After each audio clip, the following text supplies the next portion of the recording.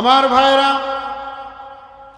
আল্লাহর রসুল যখন দুনিয়াতে এসেছিলেন, কোন সে জুলুমাত ছিল, যে জুলুমাত, যে অন্ধকার থেকে মানুষগুলোকে তিনি নূরের দিকে নিয়ে গিয়েছিলেন। অন্ধকারগুলো কি ছিল? সেই সময় দেখবেন যে আপনার মানুষের মধ্যে কোনো নিয়ম শৃঙ্খলা ছিল না, জুর জার মল্লক, তার নারীর কোনো সম্মান ছিল না। মানুষ একটা বিয়ে শাদী করতো, ভালো না লাগলে কে বাদ দিয়ে আরেকটা বিয়ে শাদী করতো, পণ্যের মতো ব্যবহার করত। আইয়ামে জাহিলিয়া বলা হতো ওই সময়টাকে, অন্ধকারের যুগ। আইয়ামে জাহিলিয়া মানে অন্ধকারের যুগ। অন্ধকারের যুগে এমন কিছু কাজ ছিল যে কাজগুলোর কারণে এটাকে অন্ধকারের যুগ বলতো। মানুষ বানিয়ে পুতুল পূজা করত, দেবদেবীর পূজা করত, জুয়া, মদ, সেই যে ওয়াকাজের মেলা, ওয়াকাজের মেলা মানেই ছিল মদ, জুয়া, নাচানাচি।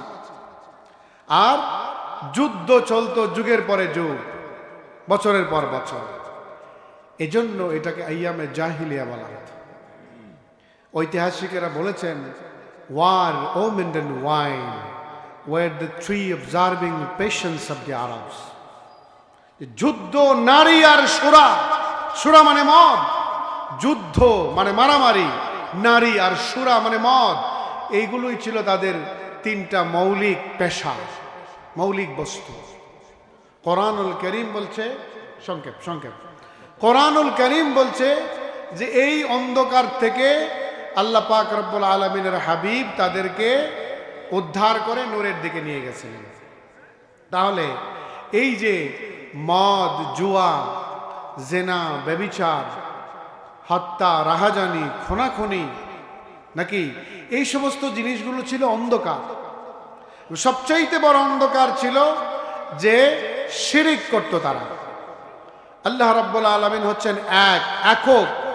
কুল হুয়াল্লাহু আহাদ, আল্লাহুস সামাদ, লাম ইয়ালিদ ওয়া লাম ইউলাদ ওয়া লাম ইয়াকুল লাহু কুফুয়ান আহাদ। সে আল্লাহ একক, এক আল্লাহর সাথে নানান দেবদেবীকে শরিক করত। এটা ছিল অনেক বড় অন্ধকার। এই শিরিককে মুহাদ্দিসিনে কেরাম, মুফাসসিরিনে কেরাম ব্যাখ্যা করেছেন যে শিরিক আল্লাহর জাতের সাথে, আল্লাহ তার জাতি নাম, জাতের সাথে শিরিক হয়। আবার শিরিক বিসিফাত, আল্লাহ তাআলার যে গুণাগুণগুলো সেগুলোর সাথেও শিরিক হয়। আল্লাহ রাজ্জাক, আল্লাহ কাহার, সত্তার, জব্বার, রহমান, রহিম। কোনো মানুষ যদি এরকম মনে করে যে অমুকের হাতে আমার রিজিক নির্ভর করে, এটাও একটা শিরিক হয়ে যায়। কোনো মানুষ যদি মনে করে যে অমুক গুসা হয়ে গেলে আমার আর রক্ষা নাই, এটাও কিন্তু কি হয়ে গেল? শিরিক হয়ে গেল। প্রচলিত অনেক বিষয় কিন্তু আমাদের মধ্যে আছে, যারা আমরা মুসলমান, কিন্তু আমরা আল্লাহ তাআলার যে গুণ, যে সত্তা, যে ক্ষমতা, এগুলোর সাথে শিরিক বিস সিফাত আমরা করছি। এগুলো থেকে যদি আমরা বেঁচে থাকতে পারি না, তাহলেও কিন্তু আমরা অন্ধকারের মধ্যে থাকলাম। তাহলে এই শিরিক বলেন, আর সুদ, ঘুষ, মদ, জুয়া, জেনা, ব্যভিচার, হত্যা, রাহাজানি, লুণ্ঠন, দখলবাজি, এই সমস্ত অন্ধকারগুলো এবং যত মুনকারাত আছে, যেগুলো অপছন্দনীয়, যে কাজগুলোর মধ্যে মানুষের কোনো কল্যাণ নাই, দিনেরও কোনো কল্যাণ নাই, আপনার ব্যক্তিসত্তারও কোনো কল্যাণ নাই, শুধু অকল্যাণ। এই সমস্ত জিনিস থেকে নিজেকে মুক্ত করে আলোকের দিকে, হেদায়েতের দিকে নিয়ে যাওয়া, নিজেকে আল্লাহর জন্য, দ্বীনের জন্য নিবেদিত করে দেওয়া, এই কাজটা রাসূল করিম সাল্লাল্লাহু আলাইহি সাল্লাম করেছেন। কে বলেন ঠিক কিনা? এভাবেই তিনি অন্ধকার থেকে নূরের দিকে নিয়ে গেছেন। তো এখন আমরা যেভাবে বসবাস করছি, যে সমাজে আমরা যুগ যুগ ধরে বসবাস করছি, যে রাষ্ট্রে আমরা যুগ যুগ ধরে বসবাস করছি, আমরা কি সেই অন্ধকার থেকে বের হতে পেরেছি? পারছি আমরা? সুদ, ঘুষ, মদ, জুয়া, যেগুলো হারাম, এ সমস্ত জেনা, ব্যভিচার, হত্যা, রাহাজানি, পাপাচার, লুণ্ঠন, দখলবাজি আমরা কি বন্ধ করতে পেরেছি? পারি না। তাহলে এই কোরআন এসেছিল এই সমস্ত জুলুমাত থেকে মানুষদেরকে বের করে নূরের দিকে নিয়ে যাওয়া।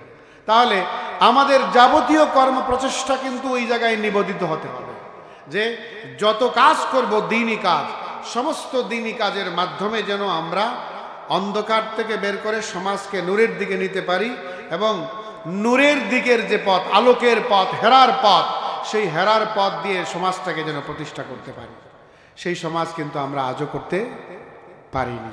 সেজন্য সবাইকে সম্মিলিত প্রচেষ্টায় আত্মনিয়োগ করতে হবে, এবং এটা কিন্তু এককভাবে করলে হবে না, বা একক ব্যক্তিগত বন্দেগীর মাধ্যমেও এটা কিন্তু হবে না। একক ব্যক্তিগত বন্দেগী চলবে, পাশাপাশি সংগঠিত পন্থায় এই সমস্ত কিছুকে বন্ধ করে আল্লাহর কোরআনের দেওয়া যে সৌন্দর্য, যে বিধিবিধান, যে নিয়ম কানুন, এ সমস্ত কিছুকে আমাদের প্রতিষ্ঠার জন্য সংঘবদ্ধভাবে চেষ্টা করতে হবে। ঠিক কিনা বলেন? আমরা পারবো কিনা? ইনশাল্লাহ সেই প্রচেষ্টা করতে পারবো। আমরা পারবো সেই প্রচেষ্টা করতে।